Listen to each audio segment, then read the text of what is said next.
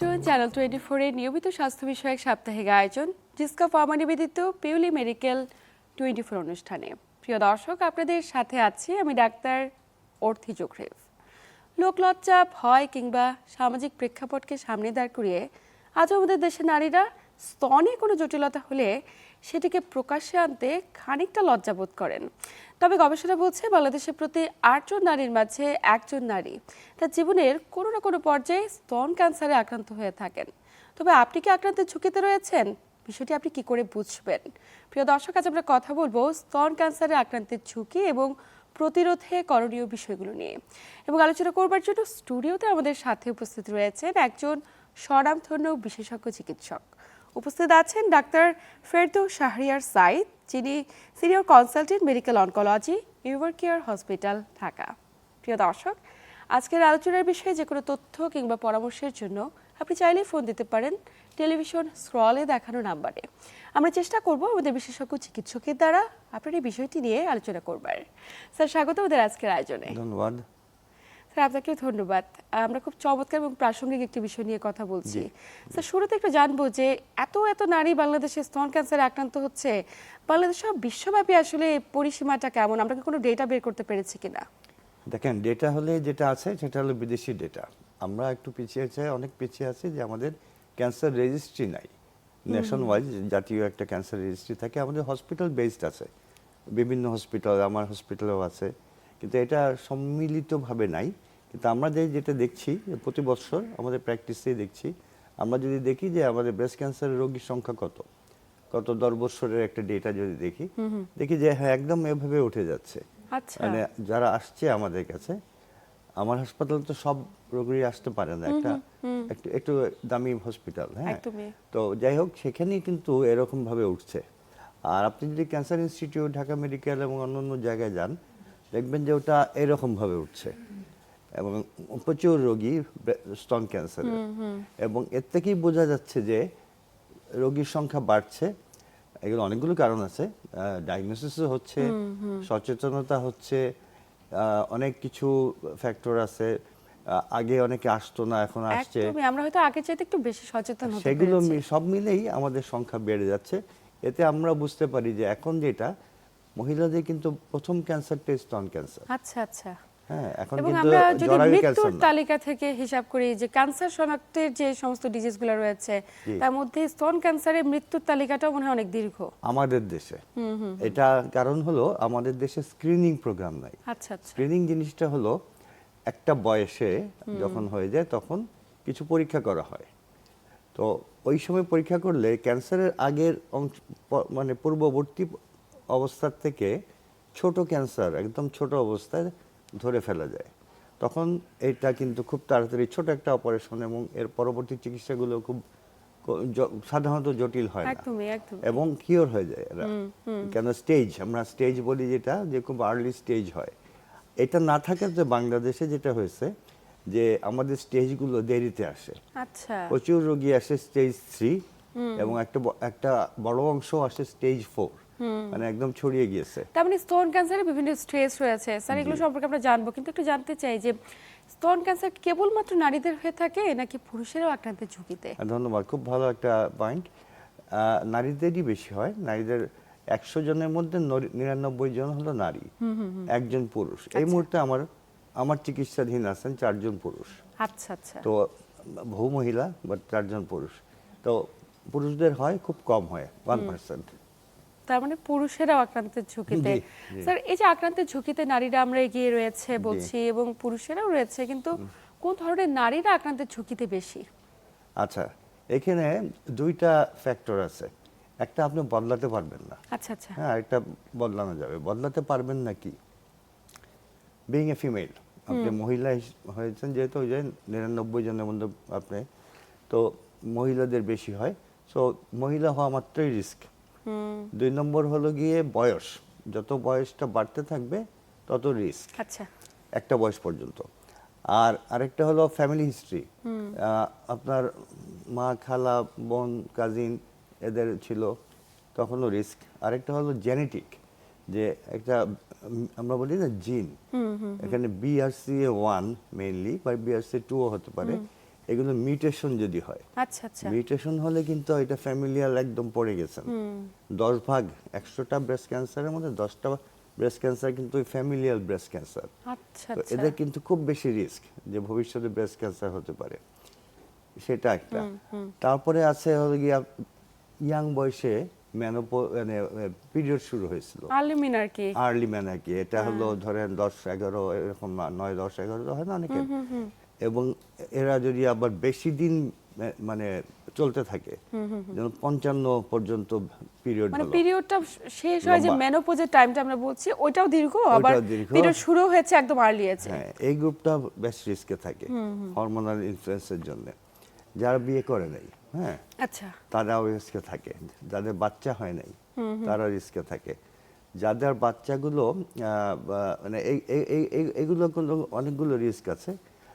আর বাকি যেটা রিস্কগুলো এগুলো মডিফাইবল, যেমন বিং ওভারওয়েট, একটু ভারী হয়ে যাওয়া, মোটা হয়ে যাওয়া, খুব বেশি এটা প্রযোজ্য মেনোপোজের পরে, পোস্ট মেনোপোজাল অবেসিটি বলি আমরা। যে মেনোপোজ হয়ে গেলে মহিলারা অনেকেই দেখেন ভারী হয়ে যাচ্ছে, এরা কিন্তু রিস্কে। সো মেনোপোজের পরে ওইটাকে খুব ভালোভাবে কন্ট্রোলে রাখতে হয় ওজনকে। আরেকটা হলো গিয়ে ইনঅ্যাক্টিভিটি, ল্যাক অফ এক্সারসাইজ, মানে আমি ব্যায়াম ট্যায়াম করি না, হাঁটাহাঁটি সেডেন্টারি করি না, লাইফস্টাইল যেটা আমরা এগুলো এই যে মডিফাইবল, লাইফে আমরা এগুলো অভ্যস্ত আমরা কিন্তু এখন। চেঞ্জ করতে পারি। যারা খুব বেশি অ্যালকোহল খাচ্ছে, প্রায় আচ্ছা। প্রতিদিনই অ্যালকোহল খাচ্ছে, এটা বিদেশের জন্য বিশেষভাবে প্রযোজ্য। ইভেন যারা স্মোকার, হ্যাঁ, এখনো আমাদের খাচ্ছে, দেশে নারীদের স্মোকিং এর টেন্ডেন্সি এখন অনেক বেশি বেড়ে এখন গেছে। অনেক বেড়ে গেছে, এখন আমরা রাস্তাঘাটে অনেকখানে পাই, হ্যাঁ, এরা কিন্তু রিস্কে পড়ে গিয়েছে। তো এগুলো হলো সব এই জাতীয় রোগীরা, মানে লোকজনের খুব রিস্কে থাকে আর কি। কিন্তু আমরা স্যার প্রত্যন্ত এলাকাতেও অনেক দেখে থাকি, মানে অনেক নারীরা, মা বোনেরা স্তন ক্যান্সারে আক্রান্ত হচ্ছে। আচ্ছা, এখানে একটা কথা আছে, আমি অবেসিটি বললাম না, পোস্ট মেনোপোজাল। আচ্ছা, ইয়াং বয়সে কিন্তু একটু ওভারওয়েট কিন্তু আবার প্রোটেকশন দিচ্ছে। আচ্ছা আচ্ছা, আপনার পিরিয়ড চলছে, বন্ধ হয় নাই, এই বয়সে যদি মহিলা একটু ওভারওয়েট থাকে, অবিস বলবো না, বাট ওভারওয়েট থাকে, এটা কিন্তু আবার প্রোটেকশন দেয়। আচ্ছা আচ্ছা, আর ঠিক উল্টা হয়ে যাচ্ছে মেনোপজ হয়ে যাওয়ার পরে। মেনোপজ মানে ওজন বন্ধ বেশি হয়ে যদি যাওয়ার পরে থাকে সেক্ষেত্রে তাদের একটা জন্য ঝুঁকি risk। বেড়ে যায়। জি। অনেক বিষয় জড়িত। তো স্যার একটু জানবো যে এই যে বিভিন্ন ধরনের আক্রান্তের ঝুঁকিতে নারীরা রয়েছে, কিন্তু তাদের স্তনে ক্যান্সার হয়েছে কিনা, মানে জি। স্তন ক্যান্সার কি করে আমরা বুঝবো, বোঝার কি কোনো বিশেষ উপায় রয়েছে কিনা? জি, একদম সহজ উপায় যেটা আমাদের দেশে, না সব দেশের জন্যই, নিজের স্তন নিজে প্রতি মাসে যদি একবার চাক্ষুষ পরীক্ষা, যেমন আয়নার সামনে দাঁড়িয়ে দেখা, দুইটা স্তনই কেমন, বাইরের থেকে সব ঠিক আছে কিনা, কোনো রকমের চাক্ষুষ মানে পরিবর্তন দেখা যাচ্ছে কিনা, এটা একটা। তারপরে জাস্ট ওই যে চেপে চেপে ব্রেস্টকে গোল গোল করে এবং বগলে দুই ব্রেস্টকেই এটা দেখতে হয় যে কোনো কিছু আমার হাতে লাগছে কিনা। এটা করতে হয় কিন্তু যারা পিরিয়ড চলছে, তারা পিরিয়ড বন্ধ হওয়ার 7 থেকে 10 দিন পরে।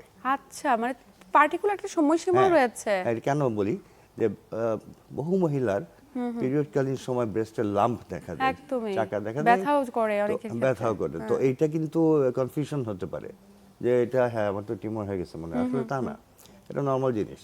তো ওই জন্য এই পিরিয়ডটা মানে ব্রেস্ট আপনার বন্ধ হলো আজকে, আপনার 7 থেকে 10 দিন পরে কোনো ইনফ্লুয়েন্স নাই, এই সময়ই আপনি নিজের ব্রেস্ট নিজে, মানে মহিলাদের দেখা উচিত মাসে একবার। আচ্ছা, এটা don't make it a habit যে প্রতিদিন দেখছেন, তা করবেন না, মাসে একবার। এটা হলো নিজের জন্য।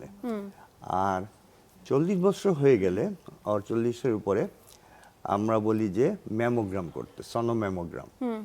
এটা ওই যে প্রি ক্যান্সারাস কন্ডিশন, যেমন আমরা লোকালাইজড, আমরা একটা জায়গায় অনেকগুলো চিকন চিকন ক্যালসিয়াম ডিপোজিট যদি হয়, আচ্ছা, এটা মাইক্রোক্যালসিফিকেশন বলি আমরা, এবং এটা ক্লাস্টার অফ মাইক্রোক্যালসিফিকেশন। এটা কিন্তু একটা প্রি ক্যান্সারাস কন্ডিশন, ক্যান্সার হওয়ার সম্ভাবনা খুব বেশি। এটা ধরে ফেলে ম্যামোগ্রাম। সনোগ্রাম কিংবা অন্য পরীক্ষা কিন্তু ধরতে পারে না। আর হলো সাথে সনোগ্রামও করা হয়। আর আর্লি এই যে ধরেন একজনের বিআরসিএ পজিটিভ, যেটা বললাম জেনেটিক, অথবা ফ্যামিলি হিস্ট্রি আছে, তাদের কিন্তু 40 না, তাদের 20s থেকে কিন্তু স্ক্রিনিং শুরু হয়। Regular screening. হ্যাঁ, এখান ব্রেস্টের জন্য সবচেয়ে ভালো স্ক্রিনিং এই বয়সের জন্য কি, এটা হলো এমআরআই। আচ্ছা আচ্ছা, কতদিন MRI পর পর breast। করতে পারে তারা? তারা ইয়ারলিও করতে পারে, হ্যাঁ, 2 ইয়ারলিও করতে পারে, বাট রিস্ক ফ্যাক্টরের বেশি থাকলে ইয়ারলিও করা যায়। এটা এমআরআই কিন্তু অল্প কয়েকটা জায়গায় বাংলাদেশে আছে, আমার হাসপাতালে আছে, আর কয়েকটা জায়গায় আছে, অল্প কয়েকটা জায়গায় ব্রেস্টের এমআরআই। আর সোনোগ্রাম তো আপনি 6 মাস পর পরই করা যায়, ওই 20 ইয়ার্সে হয়ে গেলে। তো সোনোগ্রাম করা এবং এমআরআই করা। আর 40 হলে 40 ঊর্ধ্ব নারীদের ক্ষেত্রে ম্যামোগ্রাম সাজেস্ট ওই করছে। সোনোগ্রাম, এবং এটা অনেক দেশে অনেক রকমের গাইডলাইন আছে। আমরা বলি যে 2 থেকে 3 বছর পর পর করার, যদি কোনো হিস্ট্রি না থাকে আপনার ফ্যামিলি হিস্ট্রি থাকলে ইয়ারলি করা ফেলা ভালো। তার মানে আমার পরিবারের কোনো সদস্য স্তন ক্যান্সার আক্রান্ত হয়েছে, যেটি আমার মা, আমার বোন, আমার ব্লাড রিলেটেড কোনো ব্যক্তি, তাদের জন্য ইয়ারলি করা ভালো। স্যার এক্ষেত্রে আমরা তো স্ক্রিনিং এর ব্যাপারটাতে একটু আলোচনায় আসলাম, কিন্তু সেলফ ব্রেস্ট এক্সামিনেশনের ব্যাপারটা আরেকটু করতে চাই, যে হাইলাইট করতে চাই দর্শকদের উদ্দেশ্যে, যেহেতু এটা প্রতি মাসে একবার করাটা জরুরি। এটা আসলে অনেকেই সাবান দিয়ে অনেকভাবে রাউন্ড করে করে করার চেষ্টা করে, অনেকে দেখে বগলের তলায় কিছু হয়েছে কিনা, কিন্তু কি পাবে তারা, কি ধরনের অ্যাপিয়ারেন্স পাবে, এটা যদি একটু উল্লেখ করেন। বাইরের এই জিনিসটা তো একটা অ্যাপিয়ারেন্স, হ্যাঁ, কোনো জায়গায় ব্রেস্টে আপনার যে নিপল, এটা বোটাটা, এটা কি ভিতরে ঢুকে যাচ্ছে কিনা, নর্মাল না হয় একটু ভিতরে চলে গেল। তারপরে চামড়াতে কোনো রঙের পরিবর্তন হচ্ছে কিনা, যে 2 ব্রেস্টের মধ্যে রঙের পরিবর্তন, অথবা একটা নির্দিষ্ট জায়গায় রঙের পরিবর্তন, অথবা ওখানে ফোটা ফোটা দেখা দিচ্ছে, অনেকটা যে ইয়ের মতো কমলা লেবুর খোসার মতো এরকম হচ্ছে কিনা, এগুলো তো অ্যাপিয়ারেন্স। আচ্ছা। অথবা কোনো একটা চাকা যেটা ভেসে উঠছে, চোখে দেখা যাচ্ছে আর এই জায়গাটা একটু উঁচু, এগুলো তো অ্যাপিয়ারেন্স। আর অ্যাপিয়ারেন্স ছাড়া যেটা হলো হাত দিয়ে কি ফিল করবেন, কোনো লাম্প, মানে কোনো চাকা যেটা ছোট কিন্তু আপনার আঙুলের ডগাতে আপনি খুঁজে পাচ্ছেন, চাপ দিলেই দেখেন মার্বেলের মতো কোনো কিছু, মার্বেল সাইজ অথবা তার থেকেও ছোট হতে পারে। আচ্ছা। সবচেয়ে মানে ইন্টারেস্টিং যেটা, এবং এটা খুব দরকার সবার জানা, এটা কিন্তু ব্যথা করে না। আচ্ছা, পেইনলেস লাম্প। এবং এটা কি মুভ করতে পারে? হ্যাঁ, মুভ করতে পারে, যদি এটা কোনো কিছুর সাথে অ্যাটাচ না থাকে, তাহলে দেখা যাবে একটু এদিক সেদিক যাচ্ছে, মানে আমরা হাত দিয়ে রাউন্ড করছি এবং তার সাথে সাথে সামান্য একটু সামনে আগাচ্ছে বা পিছনে পেছাচ্ছে, এটা সামান্য দণ্ডাট অনেক জায়গায় চলে যাচ্ছে, কারণ একটু এদিক সেদিক হচ্ছে। আর যদি অ্যাটাচড হয়ে যায় নিচের মানে জিনিসের সাথে, মাসল টাসলের সাথে, তাহলে কিন্তু মুভ করবে না। আচ্ছা। অথবা চামড়ায় লেগে যায়, তাহলেও কিন্তু মুভ করা অতটা সুবিধা হবে না। সো কিন্তু সবচেয়ে অ্যালার্মিং সাইন এটা যে কোনো রকম পেইন নেই, যেটা ব্যথা নেই, আমরা কখনো হাত না দিলে হয়তো বুঝতেই পারবো না। এই কারণে স্ক্রিনিংটা করাটা খুব জরুরি। হ্যাঁ, এবং আমাদের দেশে এখানেও একটা ফ্যালাসি আছে, পেইনলেস লাম্প মহিলা ফিল করেছে অনেক আগে, ব্যথাটা তো নাই, গুরুত্বই দেয় না। এই কারণে আর্লি স্টেজে আমরা আসলে ধরতে পারি না এই রোগগুলোকে। আপনাদের স্টেজের কথা বলছিলেন যে 4th স্টেজ, 4টা হয়তো বা স্টেজ হয়েছে, স্টেজগুলোর ব্যাপারে একটু জানবো। আচ্ছা, একদম সহজ করে বললে আর্লি স্টেজ যেটা স্টেজ 1, এটা একটা নির্দিষ্ট জায়গায় ছোট অবস্থায় আছে। এটা এই স্টেজ 1 এর মধ্যে আবার এটা টি বলি আমরা, টি ফর টিউমার সাইজ। তো এটা ধরেন এটা কি 5 মিলিমিটারের মধ্যে, আচ্ছা, 1 সেন্টিমিটারের মধ্যে, নাকি 2 সেন্টিমিটারের মধ্যে, এর মধ্যে থাকলে কিন্তু এটা ABC হিসাবে এটা T1 বলি আমরা। আচ্ছা, এটা 2 সেন্টিমিটারের নিচে, ওই মানে 1/2 সেন্টিমিটার হলে একটা A, 1 সেন্টিমিটার ধরুন B, more than 1 but less than 2 C, এরকম। মানে এটা একটা জিনিস, বগলে কোনো গ্ল্যান্ড আছে কিনা, নাই, হ্যাঁ। সো N0, N বলে নোড, লিম্ফ নোড বলি, আর M হলো অন্য জায়গায় ছড়িয়ে গিয়েছে কিনা। এইভাবে এটা TNM ক্লাসিফিকেশন বলে আমাদের ডাক্তারি বিষয়। TNM টিউমার, লিম্ফ নোড, আর অন্য জায়গায় ছড়িয়ে গেছে কিনা, যেটাকে আমরা বলি মেটাস্টাসিস। এই ভিত্তিতেই কিন্তু স্টেজ হয়। তো আর্লি মাত্র এখানে সীমাবদ্ধ একরকম, এখানে সীমাবদ্ধ না, কিংবা এখানে সীমাবদ্ধ বড় সাইজ হয়ে গেছে, এটা একটা স্টেজ বদলাচ্ছে। অথবা ছোট হোক বড় হোক, বগলের মধ্যে আপনি ফিল করছেন অথবা পাচ্ছেন পরীক্ষাতে, স্টেজ বদলাচ্ছে। বগলের সাথে অনেকগুলো পাচ্ছেন কি একটা পাচ্ছেন, এটা একটা ফ্যাক্টর। আবার এইখানে কিছু লিম্ফ নোড আছে, যে হাড়টা আছে না আমাদের, এই হাড়ের নিচে ইনফ্রামেমারি লিম্ফ নোড বলি আমরা, এখানে চলে যেতে পারে, স্টেজ বদলাচ্ছে। এগুলো হলো গিয়ে আপ টু স্টেজ 3। আরেকটা হলো ওই যে চামড়ার মধ্যে বললাম একটু আগে যে ওই যে কমলা লেবুর খোসার মতো হয়, এগুলো স্টেজ 3 পর্যায়ে পড়ে যায়। এরপরে যেটা যে অনেক দূরে চলে গেছে, যে অন্য ব্রেস্টে, এই ব্রেস্ট থেকে অন্য ব্রেস্টে, অথবা ফুসফুসে, অথবা যকৃৎ মানে লিভারে, অথবা হাড়ে, অথবা মগজে, ব্রেইনে, মানে বিভিন্ন জায়গায় ছড়িয়ে যেতে পারে। ছড়িয়ে যাওয়ার ধরনের উপর নির্ভর করে আসলে কোন স্টেজে আছে। তখন কিন্তু মেটাস্টেসিস হয়ে গেল, স্টেজ 4 এ চলে গেলেন। তখনই স্টেজ 4 হয়ে গেল। এবং আমাদের দেশের প্রেক্ষাপটে আমরা যে রোগীগুলোকে পাই সবসময় আপনাদের শরণাপন্ন হয় আসলে কোন স্টেজে সবচেয়ে বেশি পেয়ে থাকেন? মানে খুব দুঃখজনক ঘটনা, এই যে একটা কারণ বললাম যে স্ক্রিনিংটা ওইরকম ন্যাশন ওয়াইড নাই, এবং খুব মানে হসপিটাল বেসড। আমার হসপিটালে আছে স্ক্রিনিং প্রোগ্রাম, আসলেই করতে পারবে, কিন্তু এটা থাকা উচিত ছিল ন্যাশনাল ওয়াইড, মানে ঢাকা শহরের জন্য, চট্টগ্রাম বা বিভিন্ন উপজেলা অঞ্চলের জন্য, সেন্টার উপজেলা প্রত্যেকটি জায়গায় উচিত ছিল। হয় নাই, কেন হয় না এগুলো অনেক বিতর্কের বিষয়, এগুলো আমি যাব না। যেটা না হওয়াতে আমরা কিন্তু ওই যে একদম আর্লি পাচ্ছি না, প্রি ক্যান্সারাস যেটা বলছি, ক্যান্সার হওয়ার আগের পর্যায়ে পাচ্ছি না, খুব কম পাচ্ছি, আদারওয়াইজ পাচ্ছি না। আরেকটা হলো ব্রেস্টের ব্যথা করে না, তো ওই যে পেইন হয় না, লাম্প পাচ্ছে মহিলারা, গুরুত্ব দেয় না, গুরুত্বই দিচ্ছেন না। এবং খুব শিক্ষিত, ঢাকা শহরের অতি উচ্চ শিক্ষিত এবং অতি পুরনো ফ্যামিলি, 3 জেনারেশন ধরে শিক্ষিত এরা, সেই ফ্যামিলির মহিলাদেরকে দেখেছি, বয়স্ক মহিলা, উনি মানে একেবারে ঘা হয়ে, মানে বড় হয়ে, চামড়া ভেদ করে ঘা হয়ে বিভিন্ন জায়গায় ছড়িয়ে তখন নিয়ে আসছেন। কি ভয়াবহ তথ্য। উনি ওনার ফ্যামিলি মেম্বারদেরকেও বলেন নাই। হ্যাঁ, তো এগুলো হয়, আমরা তো অনেক রোগী দেখি, এগুলো আমরা ফেস করি। তো এই এই স্টেজিংটা আমাদের দেশে আমরা আর্লি পাই কম, খুব কম। এই জন্য কিন্তু আমাদের দেশে মৃত্যু হার বেশি। অনেক দেশে আছে কিন্তু তাদের কিন্তু এই ব্রেস্ট ক্যান্সারের মানে হওয়ার হার অনেক বেশি, কিন্তু মৃত্যু হার আবার অনেক কম। ওই যে আর্লি ধরে ফেলছে স্ক্রিনিং করে, এবং তারা সচেতন এবং আর্লি ডায়াগনোসিস হচ্ছে, ট্রিটমেন্ট হচ্ছে, সুস্থ হয়ে যায়। তাদের অনেক হচ্ছে, কিন্তু তাদের আবার সুস্থ হওয়ার হারও অনেক বেশি।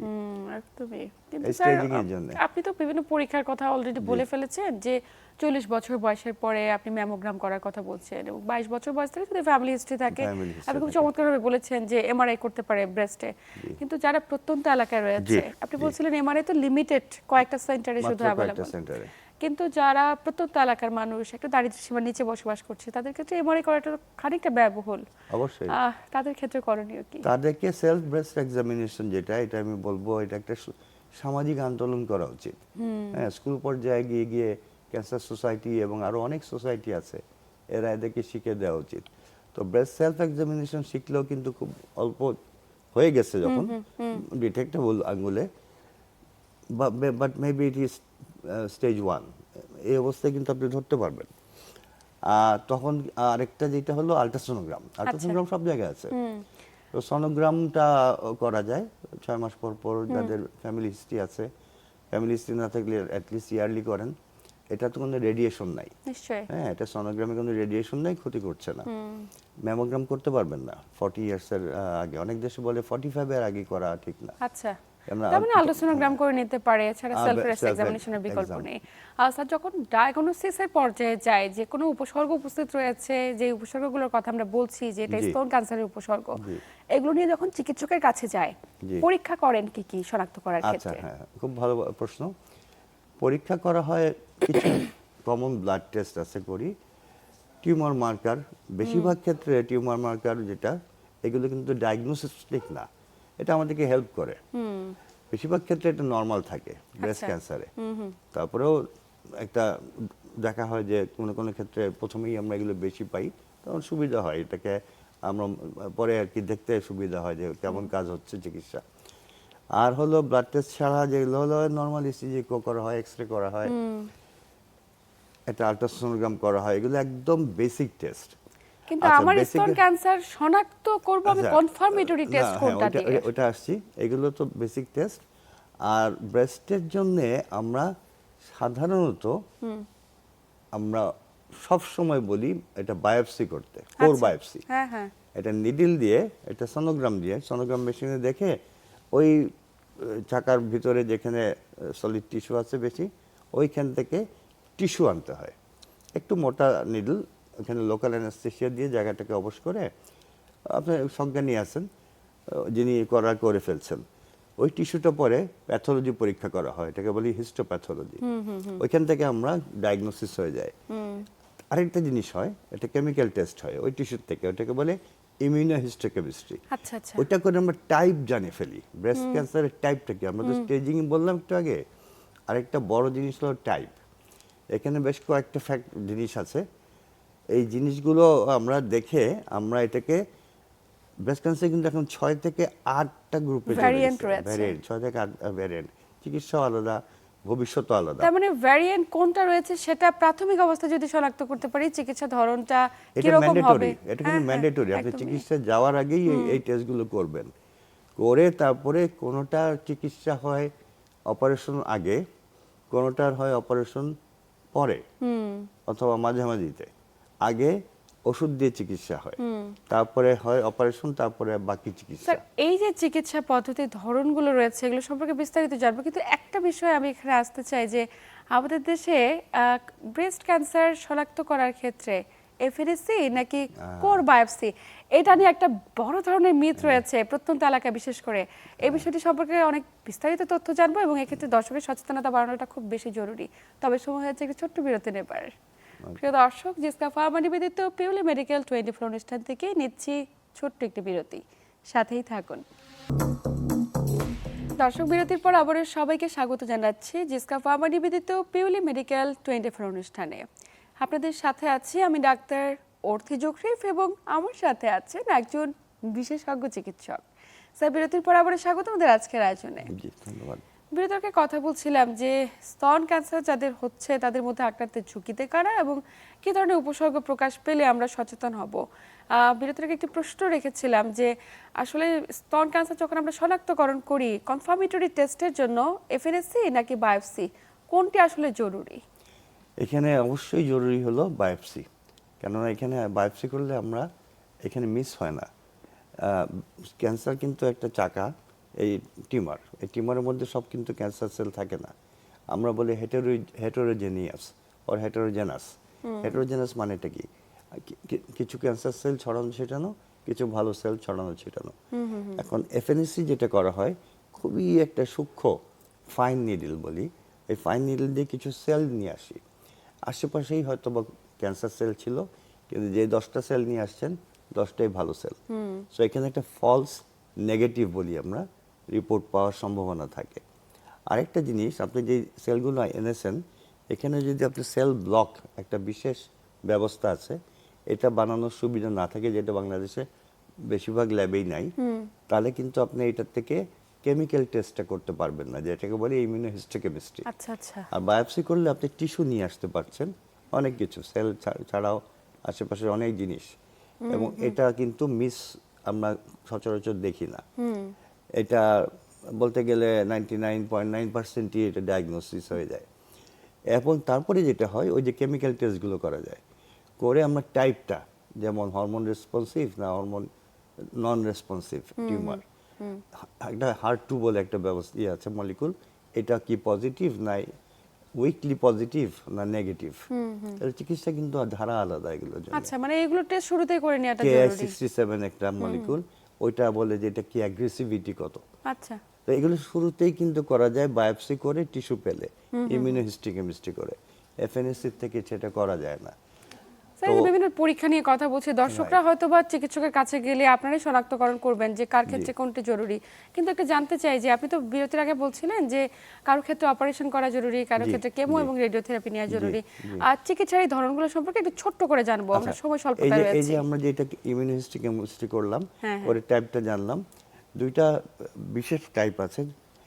একটা হলো স্টেজ, যেটা বললাম কমলা-লেবুর মতো চামড়া ইনভলভ হয়েছে, সেখানে আগে আপনি কেমো অথবা ইমিউনোথেরাপি, যার জন্য যেটা প্রযোজ্য, দিয়ে এগুলো টেস্ট করে দেখা হয় যে ইমিউনোথেরাপি কাজ করবে কিনা, কেমোথেরাপিতে করবে, এটা আগের থেকে চিকিৎসা, তারপরে অপারেশনে যাওয়া হয়।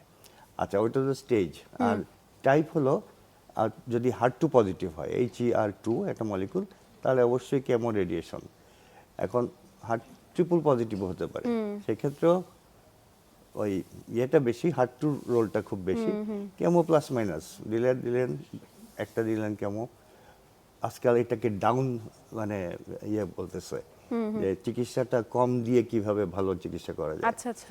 তো কিছু কিছু অথর বলছে আজকাল যে ট্রিপল পজিটিভ ব্রেস্ট ক্যান্সারে খালি হার্ড টু এগেনস্টে যে চিকিৎসা সেটা দাও, কেমো দিও না, কারণ তাকে হরমোন ভবিষ্যতে ভালো কাজ করবে। আচ্ছা, এইসব কথাবার্তা হচ্ছে। বিভিন্ন ধরনের কথা রয়েছে স্যার, একটু রেডিওথেরাপি সম্পর্কে জানতে চাই। রেডিওথেরাপি, আচ্ছা এগুলো ওইটা দিয়ে তারপরে ওই বিষয়ে চলে যাওয়া যায়। আর এটা হলো ট্রিপল নেগেটিভ, সব নেগেটিভ। এখানে কেমোথেরাপির রোল আছে, ইমিউনোথেরাপির রোল আছে, এটা দিয়ে তারপরে সার্জারি। আচ্ছা, সার্জারির পরে রেডিওথেরাপির রোলটা আছে। আর যদি এটা বড় টিউমার হয়, এটা গ্রেড 3 হয়। এটা যদি বগলে গ্ল্যান্ড থাকে, তারপরে এটা পেরিনিউরাল ইনভেশন বলি আমরা, কোনো কোনো ক্ষেত্রে লিম্ফোভাস্কুলার ইনভেশন, এগুলো থাকে। এগুলো রিস্ক ফ্যাক্টর। কি সে রিস্ক ফ্যাক্টর লোকালি এসে যাওয়ার, বিশেষ করে ব্রেস্টটা রেখে যদি অপারেশন করা হয় তাদেরকে অবশ্যই রেডিয়েশন দেওয়া হয়। ব্রেস্ট রাখেন আর না রাখেন। একটু দর্শকদের উদ্দেশ্যে আমি খুব সহজ ভাষায় বলবো যে আমরা তো বিভিন্ন চিকিৎসা পদ্ধতির কথা বলছি এবং প্রত্যেকটা উন্নত চিকিৎসা পদ্ধতি আমাদের দেশে রয়েছে। আমরা একদম শেষ সময় চলে এসেছি, আমাদের হাতে মাত্র 2 মিনিট সময় আছে। স্যার, জানবো যে আসলে স্তন ক্যান্সার প্রতিরোধে আপনার পরামর্শ কি থাকবে? আমরা কখনোই চাই না যে এত জটিলতার মধ্য দিয়ে কোনো ব্যক্তি যাক। আচ্ছা, একটা জিনিস আমি যে এই সব চিকিৎসা সবকিছু কিন্তু ভালো হাসপাতালে অ্যাভেলেবল আছে, সব চিকিৎসা, খালি না ইনভেস্টিগেশন সহ। আর আমাদের সচেতন কিভাবে হতে হবে? নিশ্চয়ই। প্রথম হলো আমাদেরকে শারীরিকভাবে ফিট থাকতে হবে, হাঁটাহাঁটি করা, হাঁটাহাঁটি, ব্যায়াম পারলে ব্যায়াম, ওজন নিয়ন্ত্রণে রাখা, স্মোকিং যারা মহিলারা করেন ছেড়ে দেওয়া, অ্যালকোহল যদি যারা বেশি খান ছেড়ে দেওয়া, আর ওই যে মেনোপজ হয়ে গেলে খুব ভালোভাবে শরীরের ওজনটা নিয়ন্ত্রণে রাখা। আর সবজি যেটা ফাইবার থাকে, খুব বেশি সবজি খাওয়া, প্রোটিনও খাবেন, সবজি খাবেন, কার্বোহাইড্রেট কম খাবেন। কার্বোহাইড্রেট ভাত, রুটি, এগুলো, চিনি, মিষ্টি, তাহলেই ঠিক থাকবেন। নিশ্চয়ই স্যার, খুব চমৎকারভাবে বলেছেন। প্রত্যেকটা দর্শক হয়তো সচেতন হবেন, কারণ আমরা যদি ডায়াগনোসিসের কথা জানি, প্রিভেনশনের কথা জানি, তাহলে তো আমরা সচেতন হতে পারবো। এবং আপনি খুব চমৎকারভাবে প্রত্যেকটি বিষয় বুঝিয়ে বলেছেন। আপনাকে আন্তরিক ধন্যবাদ। আপনাকে ধন্যবাদ, দর্শকদেরকে ধন্যবাদ। প্রিয় দর্শক, এই ছিল আমাদের আজকের আয়োজন। আসুন আমরা একটুখানি সচেতন হই, জীবনযাত্রায় পরিবর্তন নিয়ে আসি, পরিবর্তন আনি নিজেদের খাদ্যাভ্যাসে। যেই স্যানিটারি লাইফস্টাইলে আমরা অভ্যস্ত, সেটা থেকে খানিকটা বেরিয়ে আসি, কায়িক পরিশ্রম করি এবং সেই সাথে আমাদের সেলফ ব্রেস্ট এক্সামিনেশনের প্রতি একটুখানি মনোযোগ হই। সবাই ভালো থাকুন, সুস্থ থাকুন এবং চ্যানেল 24 এর সাথেই থাকুন।